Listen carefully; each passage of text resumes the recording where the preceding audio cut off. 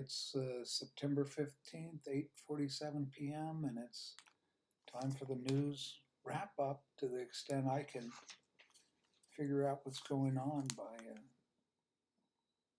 intuitive process I use of scanning the cyberspace, spiritual stratosphere, divine universe, whatever it is you want to call it, universal mind.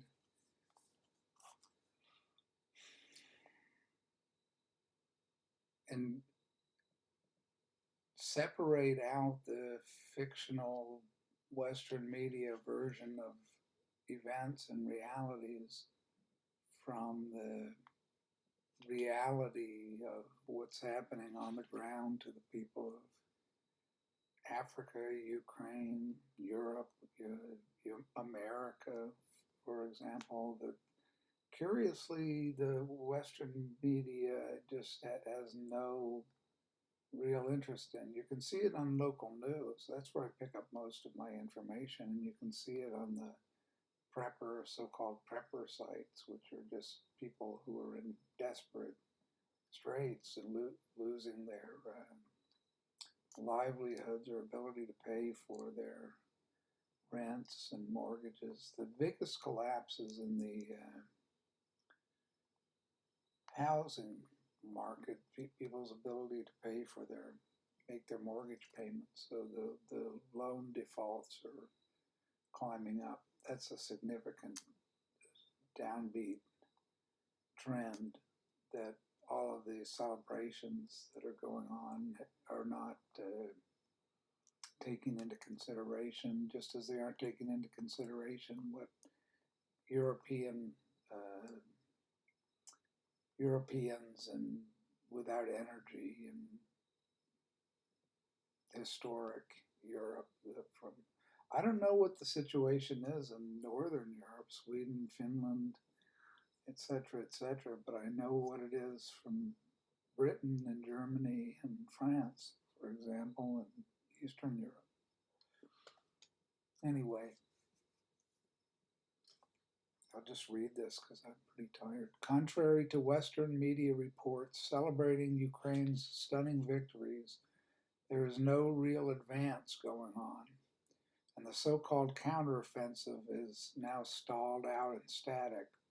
The Russian, quote, retreat, unquote, was planned and in good order as Russia was moving to encircle a large Ukrainian force in Bakhmut, which is now well underway. The encirclement is pretty much assured of this large Ukrainian force.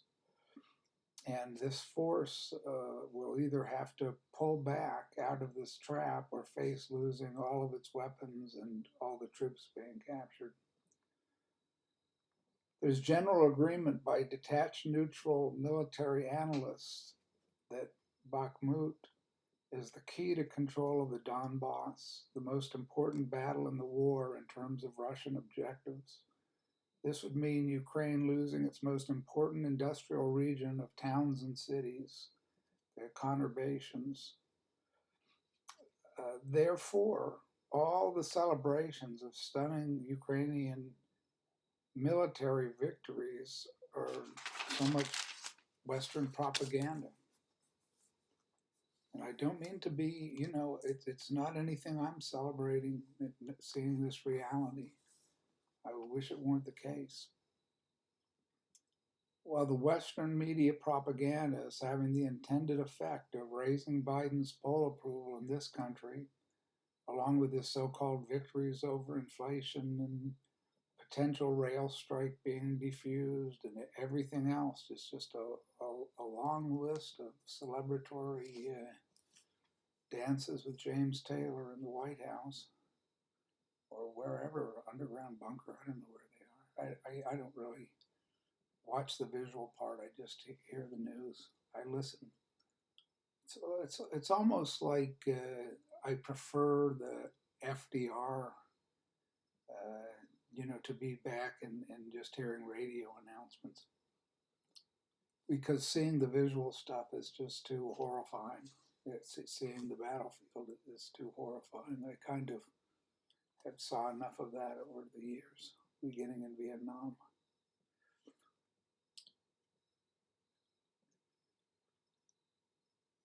What's the people who aren't believing it clearly, the Western propaganda about the big military offensive and victories are the NATO countries, Europe itself. Because they're, without saying so, they're tacitly withdrawing from providing any more, if they even have it. I mean, I don't know what Britain or France or Germany think that they're going to provide when they can't provide energy to their citizens this winter, due to the fact that Russia's cut the flow of gas or energy supplies. That's a result of the war. That happens in war.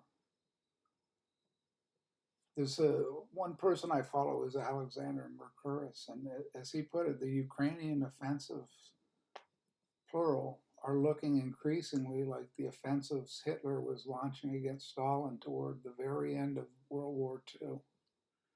They're completely inadequate to stopping Russia's advance, and so lives are needlessly being lost in futile attempts to delay the inevitable. Lives and military weapons and ammo particularly. They're running out of ammo, and Russia can create, because of its industrial capacity, the critical effect on the ground is that the U.S. military-industrial complex cannot produce anywhere near the amount of ammunition that Russia can. Ukraine, in effect, is throwing everything it has into the now stalled counterattack with no hope of the ammunition they're expending being replaced by the NATO alliance and the U.S. Meanwhile, this is the astounding news. The really, to me, really disturbing news is the meeting in Samarkand, Uzbekistan, between the Eurasian powers, which are forming this superpower bloc. This is the first time Xi of China has gone in person to meet with Putin, and Modi of India coming to meet with them as another key player in this alliance. Putin is welcoming Iran into it. China has historically been the dominant power. Turkey's Erdogan is there. These great powers who previously fought each other for control of adjoining territory are meeting together to join themselves into a single military economic alliance. China is the dominant partner, and his other key partner, Putin. All these nations are coalescing to face off against the United States of America, their enemy, their declared enemy. We declared war on them with the justification that we are supporting our allies, and our allies at the moment are collapsing under the withdrawal of energy by the shutoff of Nord Stream. So none of it makes any sense to me. I just am looking at this, and it's a cross between horror and bewilderment, but it's not unexpected. I mean, for a while now, I've been looking at blogs and visions and confirming my own that there is a Russian Chinese invasion in the offing of the United States, that Russia's already moving missiles and troops, training troops into Nicaragua, and who knows, nuclear submarines, and there are neighbors in Alaska. So from the north, this is something that curiously is all but absent. I think it's not all but absent. It's completely absent from the awareness of Americans, and because it's completely absent from the awareness of the Western media, particularly the U.S. media, which people take to be reality, and it simply isn't. India is viewing itself as an emerging superpower. That's why Modi's there. He's the other key player. Russia being his energy supplier. Formerly it was the EU, which doesn't have any energy, or the US, which doesn't have any energy, thanks to Biden, by executive order, ensuring that we have no more oil supply coming. So this is beyond shooting ourselves in the foot. It's like, I see it as a kind of suicide of the middle class by the powers that be, the dark powers that be. But that's just me, I guess. Well, it's not just me. I mean, there's other people. It's just me in the surrounding areas where I live, close to Washington D.C. Further you move toward the Beltway in that corridor, an information superhighway from Boston that now extends down to Richmond and who knows how far south. I haven't been here for so many years, about 20 years. And coming back here, it's like coming back to a lunatic asylum. I mean, it's a lunatic asylum. That's why I left it in the first place. I grew up in Northern Virginia, where Jim Morrison grew up, next to Alexander. He, with a military father. My father was in the Navy, and his father was, an admiral in the Tonkin Gulf, who started the Tonkin Gulf incident, which took us into the Vietnam War. Just a little bit of history for those who aren't aware of it. Also today, President of the European Commission, Ursula von der Leyen. Everybody has to excuse my pronunciations, I hope. Doing the best I can with the subadequate tools I have. Von der Leyen said Ukraine would have the backing of Brussels for as long as necessary as Russia's invasion of Ukraine continues. What would that backing be? She doesn't say. There's no promise of military moral support, cheering section. Enthusiastic praise of the heroism of the people being slaughtered all along the front. And really, and I've heard the same thing by any number of military analysts, that a lot of these attacks are completely harebrained. Who's planning them? For one thing, they're telegraphing an amphibious assault with helicopters, and so that Russia well knows they're coming and slaughters it's like the Bay of Pigs with a advance notice in the media. So they're sitting ducks. It's real insanity that is horrifying to me, because seeing people slaughtered for no reason. It's a repeat of the First World War or the Civil War or the Second World War. Like Mercouris says, with Hitler in his bunker, just ordering non-existent troops. Hitler used 13-year-olds off to, give them some guns so they can stand in front of the Soviet army. And the Confederates were doing this the same way against the Union forces.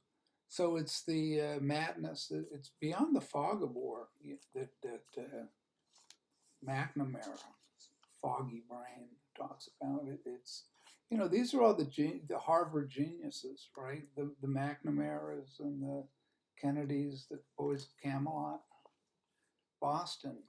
You can always count on Boston. Today.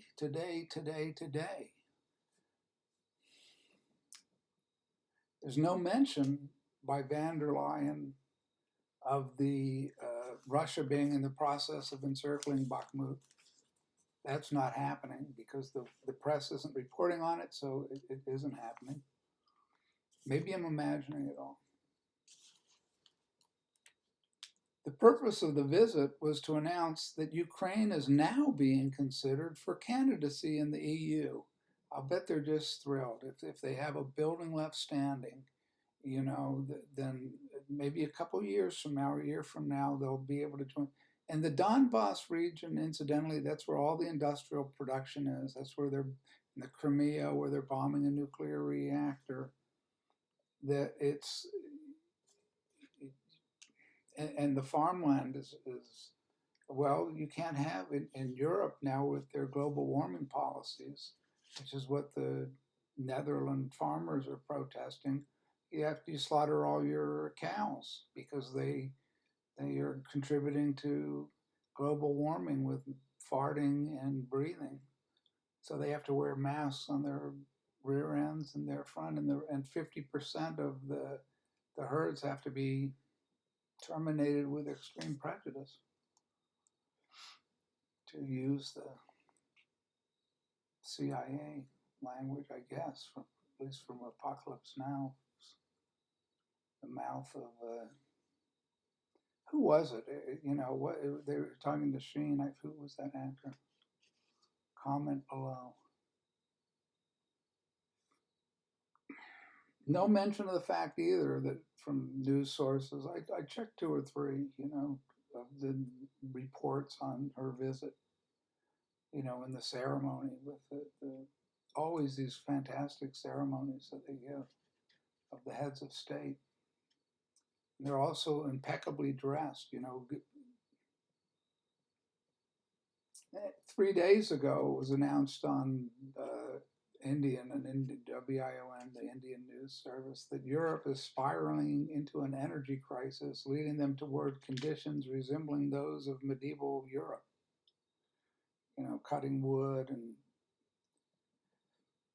trying to get coal. That's an energy that there's no worries with global pollution from coal. Apparently, the EU backing pledge to Ukraine for as long as necessary to defeat Russia is curiously absent any troops or military weapons. I would imagine, I mean, you don't hear the whole speech, but I would imagine if she said anything like supplying weapons and troops, that would have been headline news. There's a bizarre comic theater of the absurd, Dada surrealist performance atmosphere. It's a tradition going back to the Dadaists in the 14, 15, 16, 17, First World War, where Lenin and James Joyce and the Cabaret Voltaire were all gathered in Europe, in Zurich, Switzerland, and in Berlin and Paris. You had the Dada surrealist movements going on in Tristan Tzara and urinals and bicycle wheels and all, you know, meaninglessness. So just seeing the ceremony is like watching the Paris runway. You've got the blue and yellow outfit, this impeccable, you know, like I don't know anything about fashion. It's like a pantsuit that Van Leyen is wearing, and Zelensky is always impeccably attired in camo and boots and his symbols of military. Has he ever been anywhere near the battlefield? You know, really, like George Washington or William Tecumseh Sherman or Custer, you know, the people that actually are on the front lines. Napoleon, for example.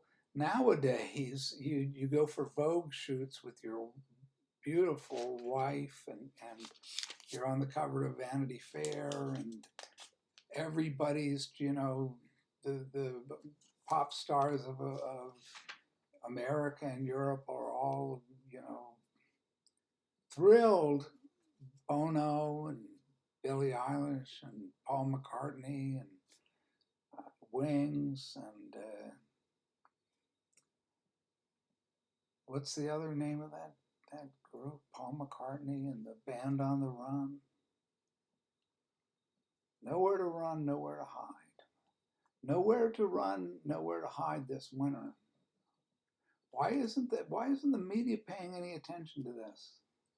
Well, I'll tell you why, because that looks awfully bad as stewardship, coming from the commander-in-chief in America that's presiding over the greatest disaster the West has ever stumbled into.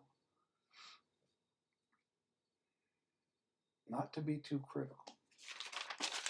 Nothing, if not critical, as the critic Robert Hughes absurdly wrote, since he's not critical at all. He's a propagandist for whoever, Robert Crumb, Susan Rothenberg, whatever he picks. Well, he's critical of Julian Schnabel. He praises Susan Rothenberg to the hilt. So that's how the game is played.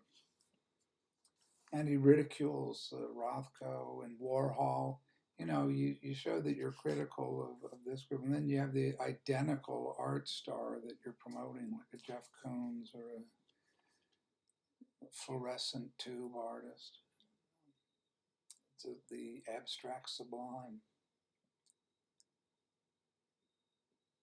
Anyway, von Leyen took the occasion to mention that while the EU countries are temporarily happy to take in all the displaced Ukrainian refugees fleeing the continuing destruction of their towns and cities, the refugees are longing to return to Ukraine. Maybe because it will be preferable to be without heat in the winter in their homeland than without it in Germany. Who knows? Whatever the case, Ursula is returning home with yet another award medal for her flawless leadership. This one she received in the ceremony from Zelensky in a beautiful little case. Maybe it goes with the award. And it's the first class of the Order of Yaroslav the Wise. It's like a Monty Python skit, isn't it? The first class of the Order of I'm not even going to look that up. Is there really a Yaroslav the Wise? Oh, I gotta regroup. I gotta recoup from that one. It's terrible to make light of this, but that's what absurd theater is like.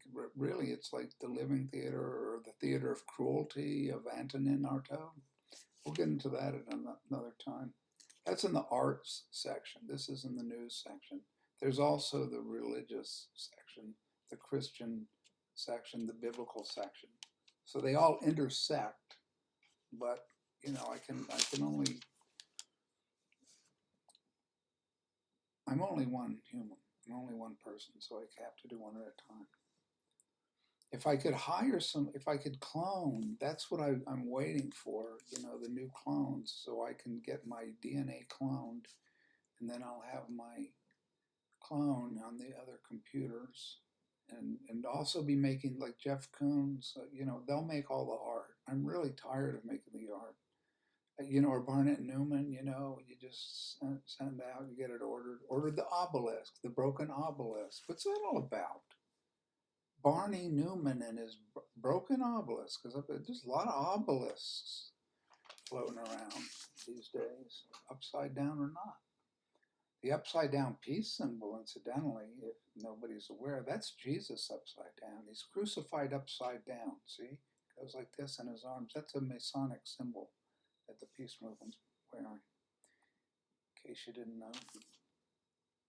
It seems like only yesterday, but it was back in November 2021 that Ursula was being given the Atlantic Council's Distinguished Leadership Award. Anybody know who the Atlantic Council is? You look it up. I'm not going to keep having to look all this crap up.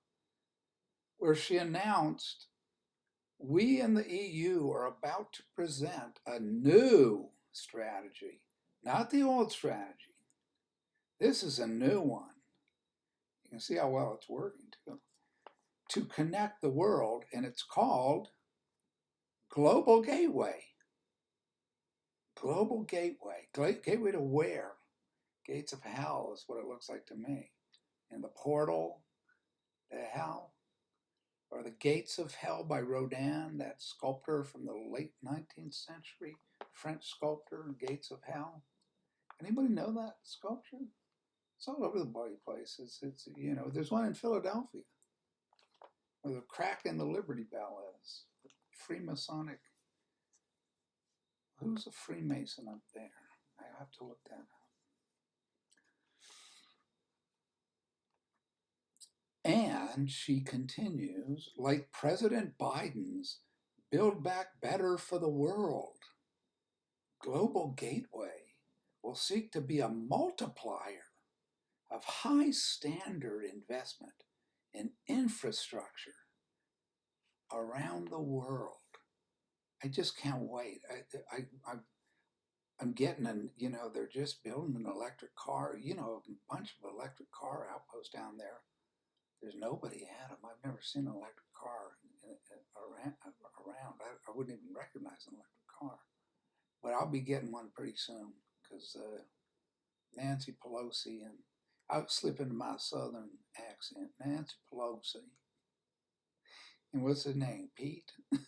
Pete Pelosi? Paul Pelosi?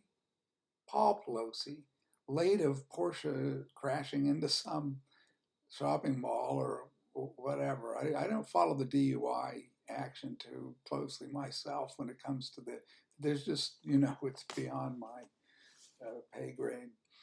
But let's just say there's a little bit of insider trading seemingly, to me anyway, as dumb a hick as I am, going on in the upper echelons there. In other news, newly arrived illegal immigrants crossing the Rio Grande, taking advantage of the generous open borders policy of the Biden administration, are arriving at their Washington, D.C. residence of who else but Kamala Harris, courtesy of Governor Abbott of Texas. This is today's news. And in Martha's Vineyard, courtesy of Governor DeSantis of Florida, you got another couple busloads. I imagine they can find work around the yacht clubs and golf courses if they make it through the winter. It's getting chilly up there. And the DC bureaucracy certainly can absorb into their various departments. I'm thinking of the Department of Transportation, for example.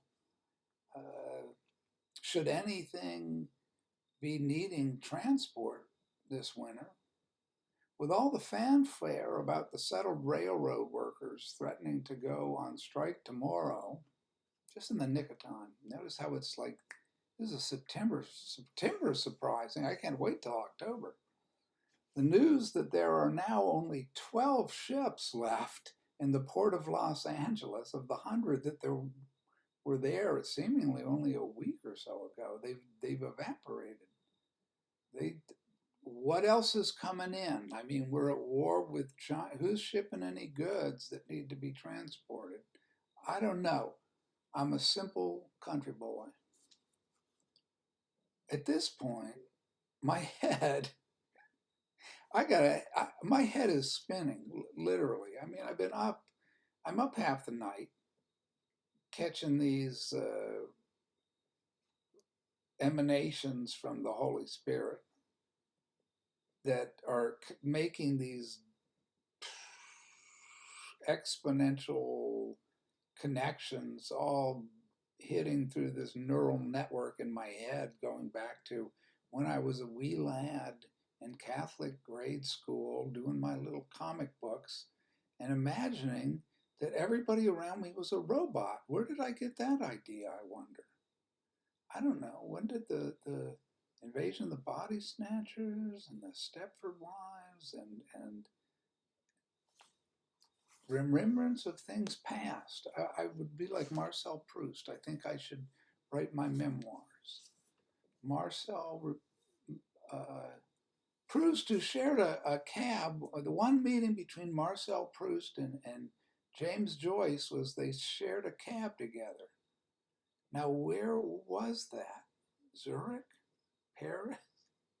Trieste? Where Joyce was teaching English to the Italians? Or I don't know where it was, but anyway, it happened. I don't make things up unless I'm imagining it. And reportedly, they didn't say a word to each other. What would James Joyce have to say to Marcel Proust? Well, that's a play I'm working on. I have one of my clones in the other room working on it. It'll be out within the week, and I'll post it.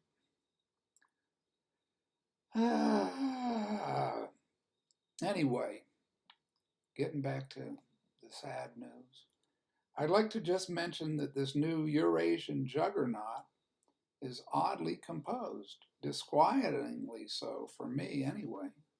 Of all the countries gathered to attack Israel in the end times, is listed in the book of Revelation, depending on which interpretation one favors. Gog and Magog, Moscow.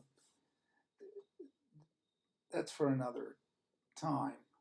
But the point being that America is not mentioned in the book of Revelation or anywhere else in the Bible as having any significance whatsoever, enough to be even mentioned. And it's not present at the final battle of Armageddon. And that's in line with these dreams I keep having, and any number of other prophets are having these same disturbing and disquieting, and have been having them for a number of years, of the war between what's shaping up China and nuclear-armed Russia, and Iran is building nukes, and North Korea is not at the. I'm curious about they weren't mentioned, so I'm curious about their absence. North Korea will have taken South Korea. China will have taken Taiwan. That's the really dark vision that's in the book of Revelation. I'm not prone, or I wasn't prone to thinking that it wasn't anything but the ravings of a madman, just like it written about by Elaine Pagels and other modernists and rationalists and New Age gospel people, one world religion people, Antichrist people. And I think it's coming. Anyway, signing off. God bless.